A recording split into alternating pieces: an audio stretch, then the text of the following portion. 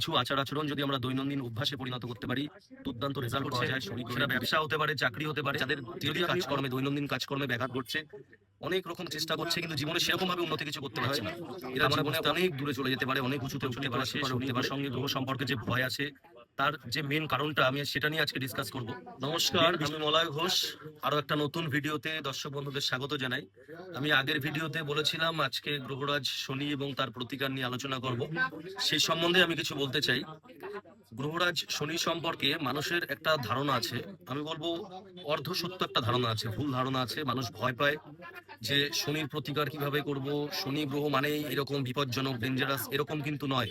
শনি গ্রহ হচ্ছে ন্যায়ের দেবতা। শনিকে জাস্টিস দেবতা বলা হয়, শনিকে কর্মের দেবতা বলা হয়, শনিকে যাদের ডেলি কাজকর্মে, দৈনন্দিন কাজকর্মে ব্যাঘাত ঘটছে, অনেক রকম চেষ্টা করছে কিন্তু জীবনে সেরকম ভাবে উন্নতি কিছু করতে পারছে না। তার মানে বুঝতে হবে তাদের শনি নিচস্থ আছে, খারাপ আছে, তার প্রতিকার করতে হবে।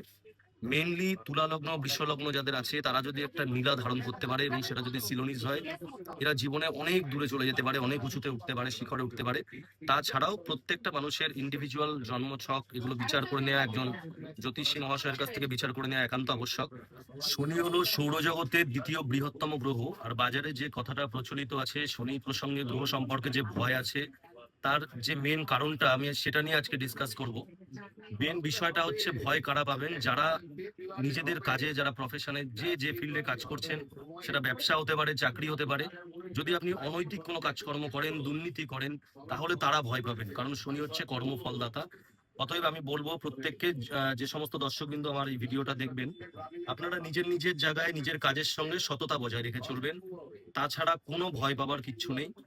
শনি গ্রহের কুদৃষ্টি থেকে বাঁচতে প্রতিকার হিসেবে রত্ন তো নিতেই পারেন দর্শক বন্ধুরা।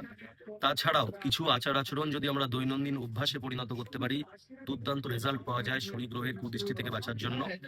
যেমন পথ কুকুরদেরকে খাওয়ানো। যারা পোষ্য রাখেন বাড়িতে, সেটা তো তারা একরকম ভাবে পুষছেনই, কিন্তু পথ কুকুরদেরকে খাওয়াতে হবে। এটা দুর্দান্ত একটা এফেক্টিভ রেমেডি, আমি বললাম, প্রতিকার।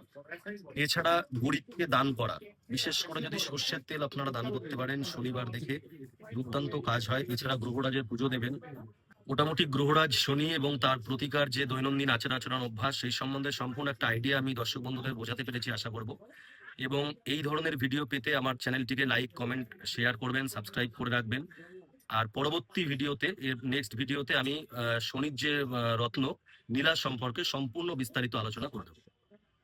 নমস্কার।